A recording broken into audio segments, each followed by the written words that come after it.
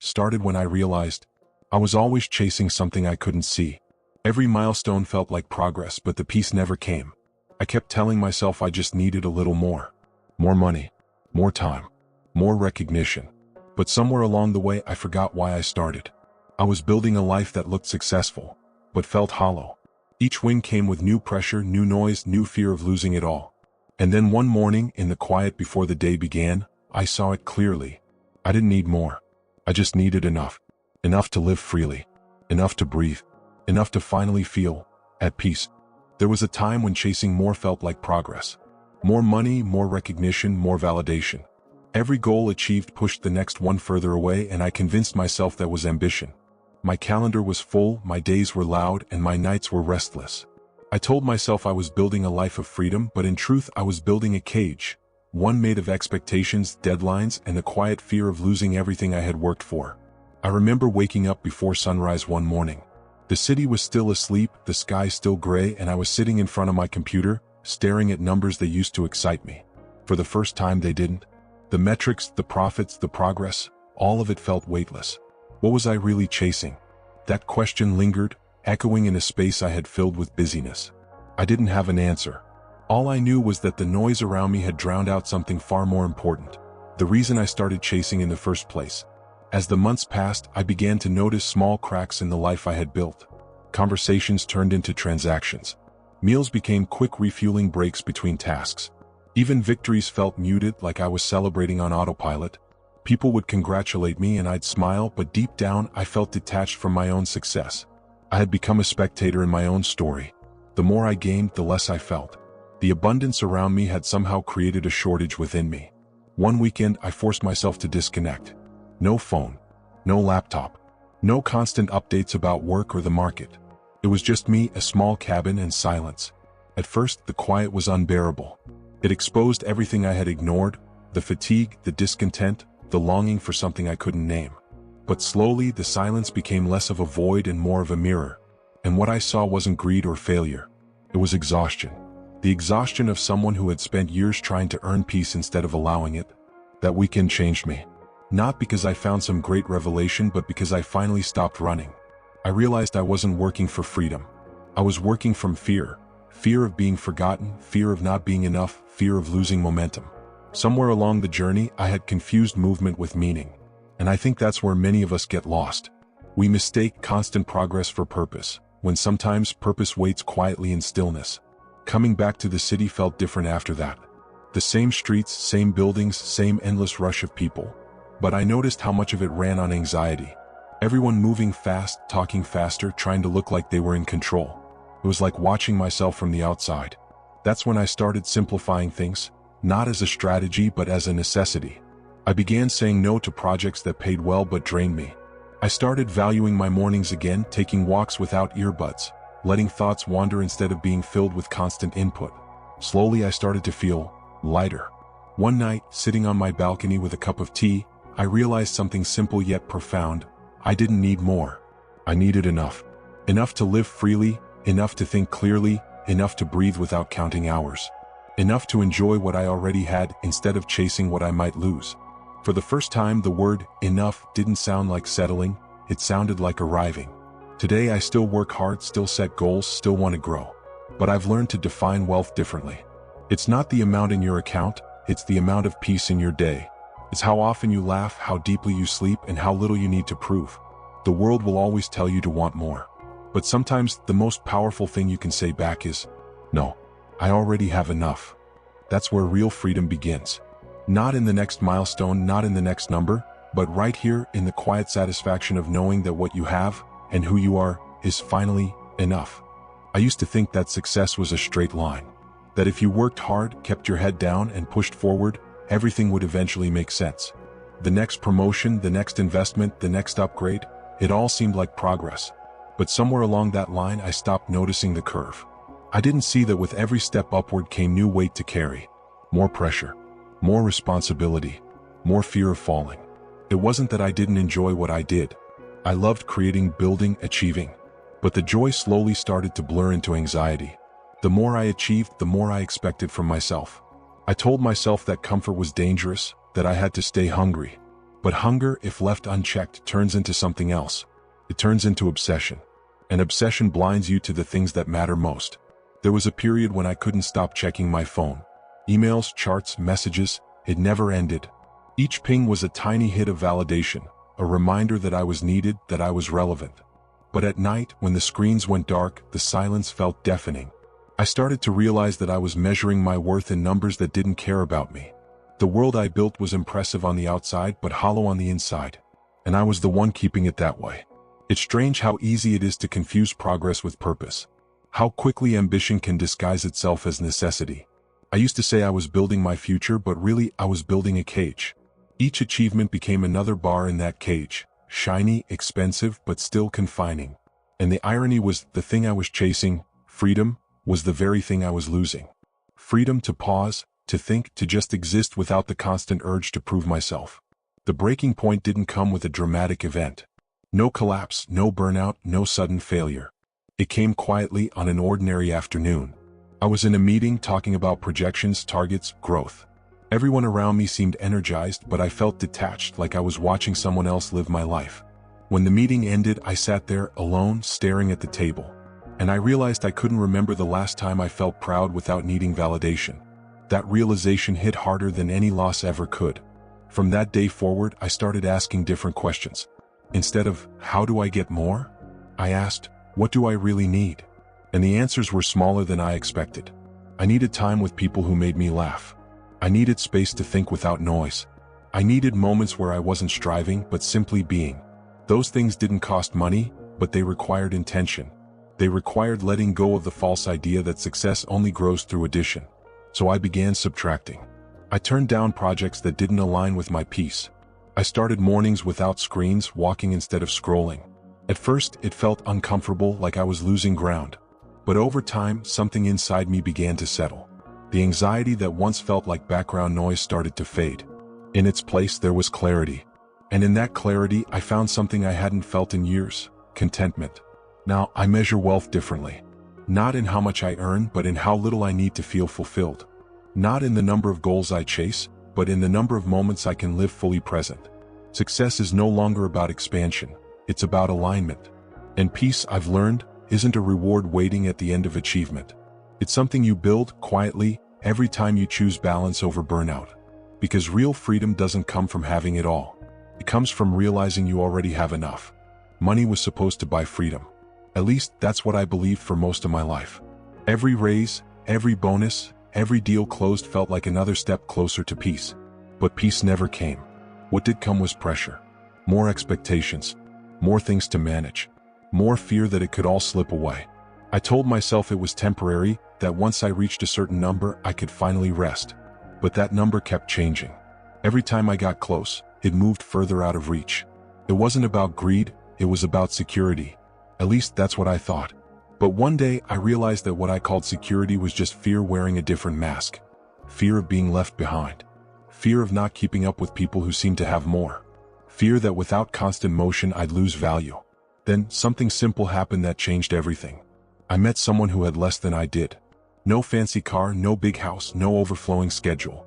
But they carried something I hadn't felt in a long time: ease. They laughed easily. They spoke slowly.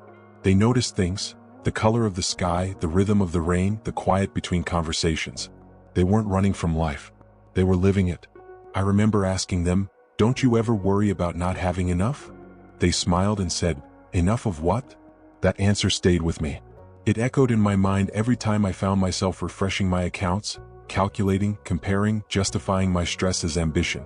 For the first time, I began to question the story I had built my life around. Was I chasing wealth, or was I escaping fear? Was I really working toward freedom, or just buying a more comfortable form of anxiety? I started to slow down. Not all at once, but gradually. I began to notice how much of my life was filled with noise disguised as purpose. The notifications, the deadlines, the conversations about next steps. When I stripped those away, what remained was silence, and it was uncomfortable at first. But over time, that silence began to reveal things I had ignored. How long it had been since I read something without rushing. How long since I sat with someone without checking my phone. How long since I simply watched the world move without trying to catch up. The truth hit me in those quiet moments. I wasn't living freely. I was managing my own captivity. Every luxury I gained came with invisible strings: maintenance, upgrades, attention. And every string pulled me further from the peace I thought I was earning. So I started cutting them one by one. Not out of rejection for success, but out of respect for sanity. I began redefining wealth, not as accumulation but as balance. Not as status but as stillness. It wasn't easy. There were moments of doubt, moments where I wondered if I was falling behind. But then, small things began to change. I started sleeping deeper. I started listening more. My mornings became slower, but somehow my days felt fuller. It wasn't that I had stopped being ambitious, it was that my ambition finally had direction. It wasn't about chasing more. It was about protecting enough. Now, when I look back, I see how easy it is to get trapped by the idea of more. It disguises itself as progress, as motivation, as success. But real success is quieter. It's waking up without dread. It's being able to close your eyes at night knowing you lived the day on your own terms. That's the kind of wealth I chase now, the kind that doesn't come from accumulation but from alignment. Because money can buy options, but peace? Peace comes only when you stop counting and start living. And maybe that's what true freedom really looks like. Enough. Every message I saw told me the same thing. You need more. More money, more followers, more upgrades, more proof that you're moving forward. And for a long time I believed it. I worked longer hours, filled my days with noise, and convinced myself that all this effort was leading to something meaningful. But it wasn't. The truth was quieter and harder to face. I wasn't chasing purpose. I was chasing validation. Every achievement gave me a rush, a spark that made the exhaustion feel worth it. But the high never lasted. The next morning, I'd wake up with the same emptiness, the same quiet hunger that whispered, "Not yet. You're not there yet." I bought things that were supposed to make me feel successful. A bigger space, a newer car, the kind of clothes that said I was doing well. But inside I was shrinking. The more I had, the less I felt. It wasn't because I didn't appreciate it, it was because I was never present enough to enjoy it. Then one evening, after another long day, I came home and didn't turn on the lights. I sat in the dark, surrounded by everything I thought I needed, and for the first time, it all looked meaningless. The silence was heavy, but it was also honest. I realized I had built a life designed to impress others but not to satisfy myself. The emptiness wasn't from lack, it was from excess. Too much noise, too much pressure, too much pretending. That night, something inside me finally broke open. Not in anger but in truth. The next day I started letting go. I sold things that didn't serve me. I canceled subscriptions I didn't need. I started saying no to people and projects that drained my energy. At first, it felt strange, like I was tearing down pieces of myself.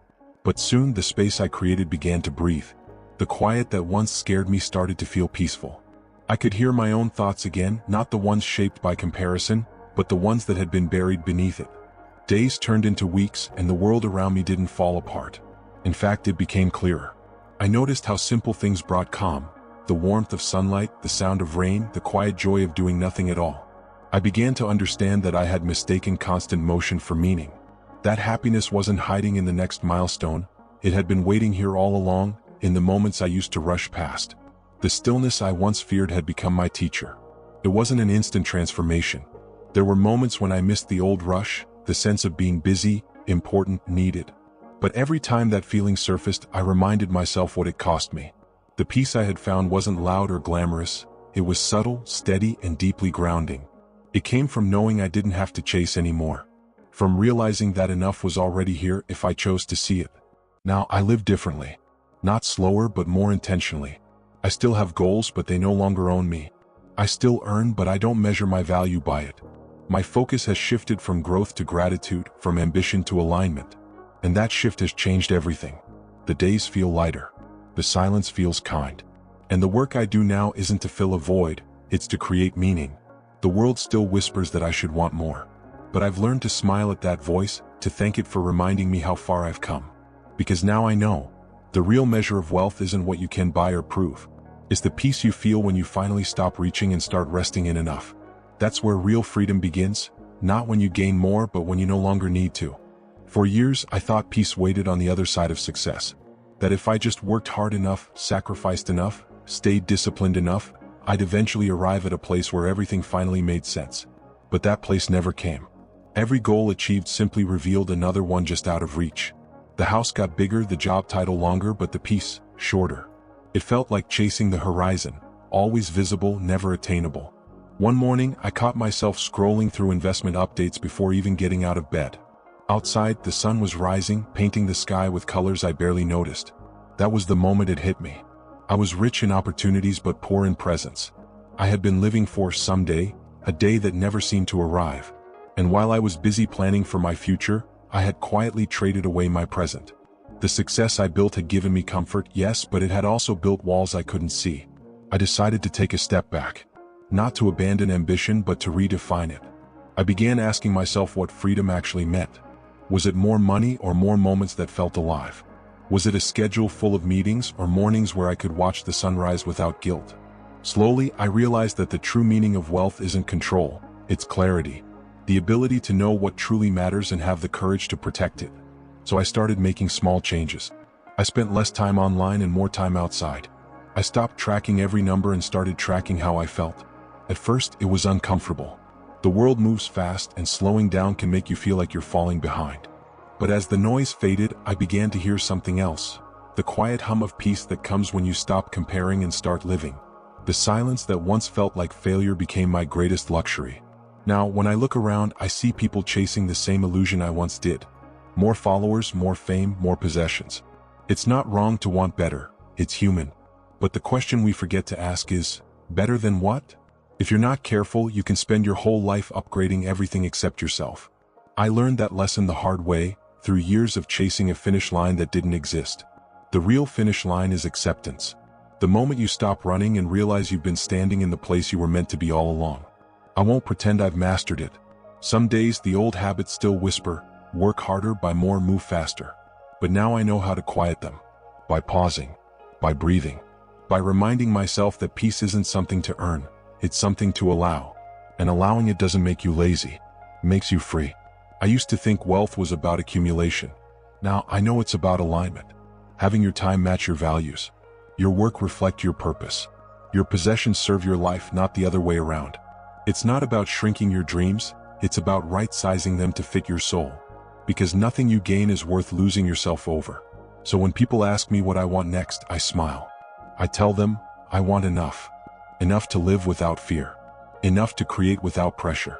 Enough to wake up grateful, not restless. Because real freedom isn't having everything. It's finally being at peace with what you have. And that's when you realize, you were never chasing money. You were chasing meaning. And when you find that, you'll never need more again.